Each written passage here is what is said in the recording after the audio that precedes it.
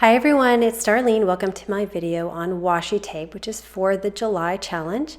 I didn't have a lot of washi tape, so I went out and purchased this Brights collection by Me and My Big Ideas. It's called Create 365. It has some really cool, pretty bright colors in it. I'm going to start with a piece of white cardstock. It's 4 1/4 by 5 1/2.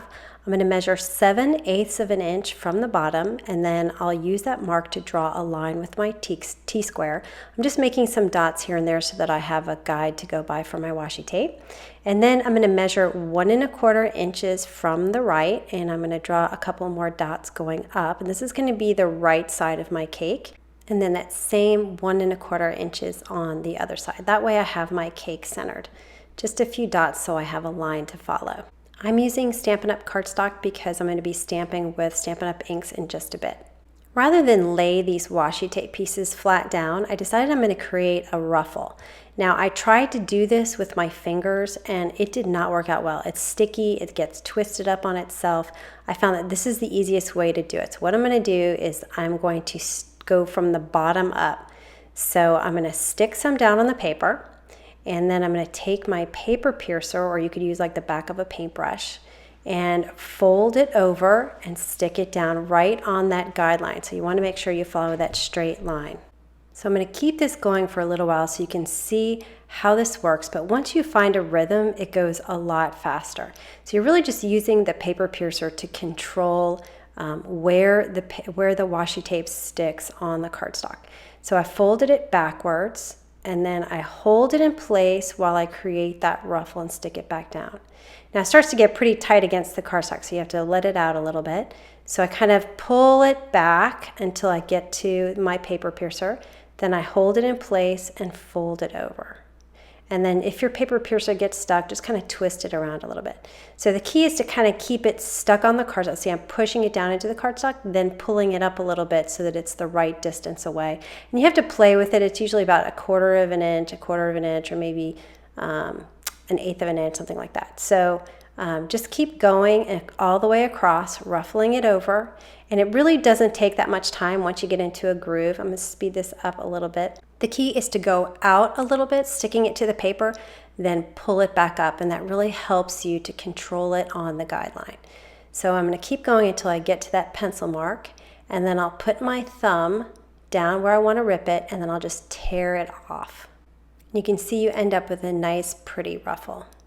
Now you want to use some nice, good quality washi tape, because if your washi tape is too sticky, then it could pull up some of your cardstock as you kind of press it down and pull it up.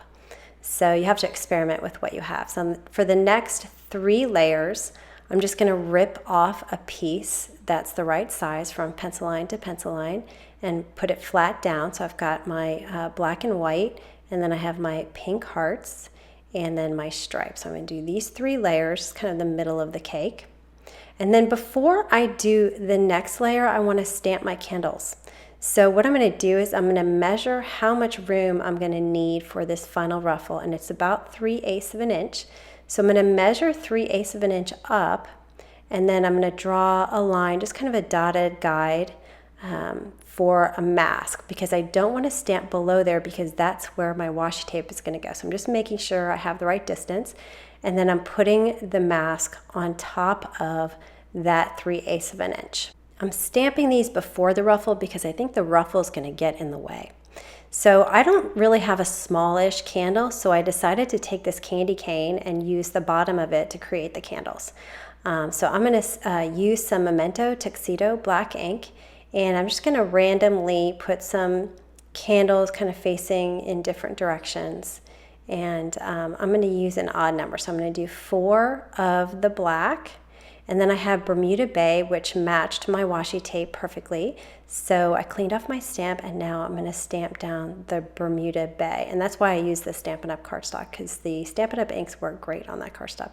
So I'm going to stamp these in between where I left room. And then I'll pull away my mask, my Post-it, and now I can put my ruffle. So I'm going to do the same exact procedure I did before, which is using my paper piercer and just using it to go over and control where the washi tape gets laid. So I'm going to place it and kind of pull it up and back a little bit, and then place it back down. I will tell you that the solid colors work better with the ruffle because the white areas tend to be clear with the washi tape, and so you can see through them in the ruffle. It doesn't look as pretty. For my candles, I decided to color in the stripes with a black marker, and then I realized I did not have a Bermuda Bay marker, so I went ahead and colored those stripes black as well. For the flames, I'm using some Copic markers. I just took some Y17, it's kind of an orangey color, and I colored the left edge of the flame, did a couple at a time, few at a time, and then I took Y15, which is a little lighter yellow, and I finished it off on the right-hand side. I also went over that Y17 to make sure that it blended. And then I took the Y17 one more time. I just added a little tiny bit in the lower left-hand corner. So I went ahead and finished out all these flames the exact same way.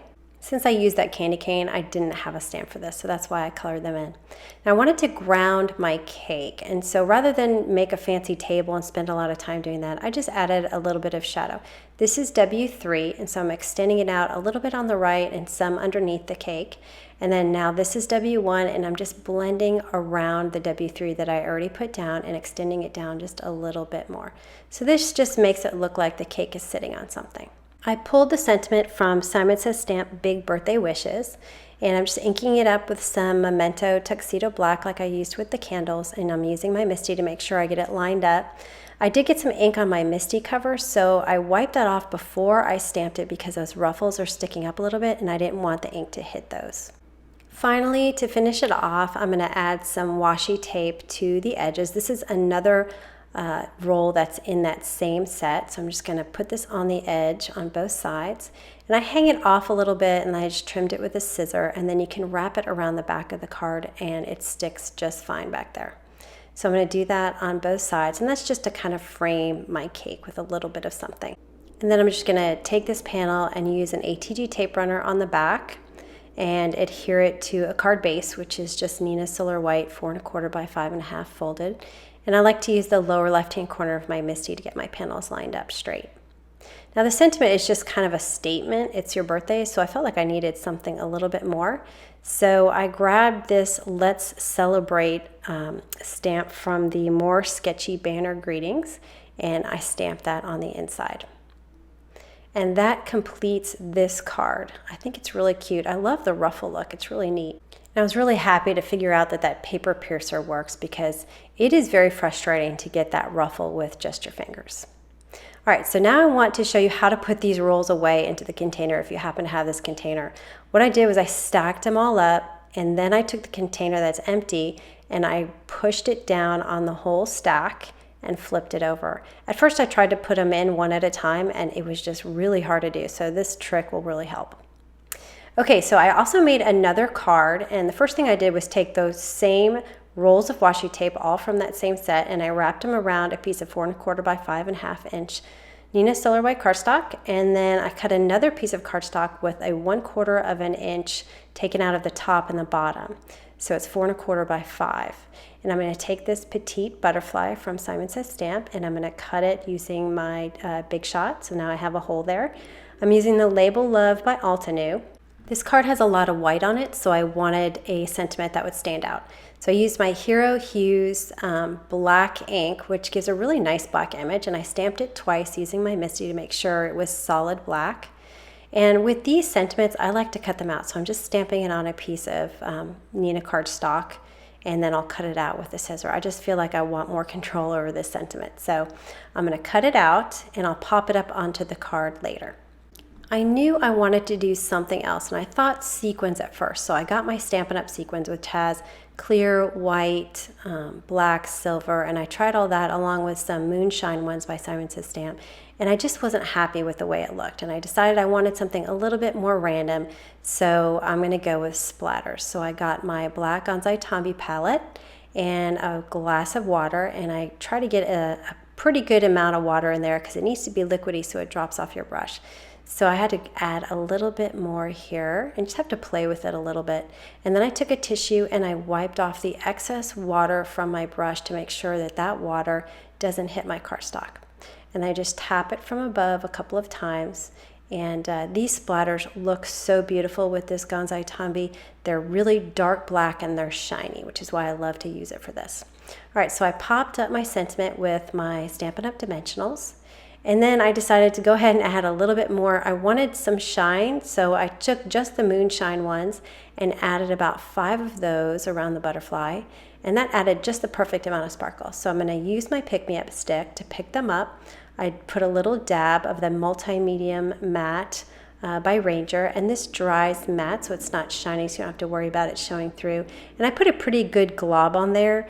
But it doesn't show, so it's no big deal. These sequins are really, really tiny. The set comes with a bunch of different sizes, but I just used the small ones. After I was done, I let this dry for about 15 or 20 minutes. In the meantime, I adhered that washi panel to a card base with an ATG tape runner. And now that this is dry, I'm going to put some Scotch foam tape on the back. And I thought this would be a good experiment to see how well those sequins stuck to the front, because I was kind of pushing them down into the table and they did not budge at all. So I was happy to see that. So I think they're going to go through the mail just fine. So this is the finished card. I actually think this is my favorite one of the 3 that I made.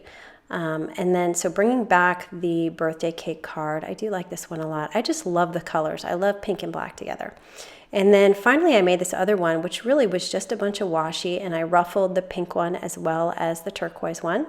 And then I die cut this congratulations from black cardstock and stuck it in the middle. So those are the 3 cards for today. I hope you will participate in the washi tape challenge, and looking forward to seeing your entries. Thanks for watching.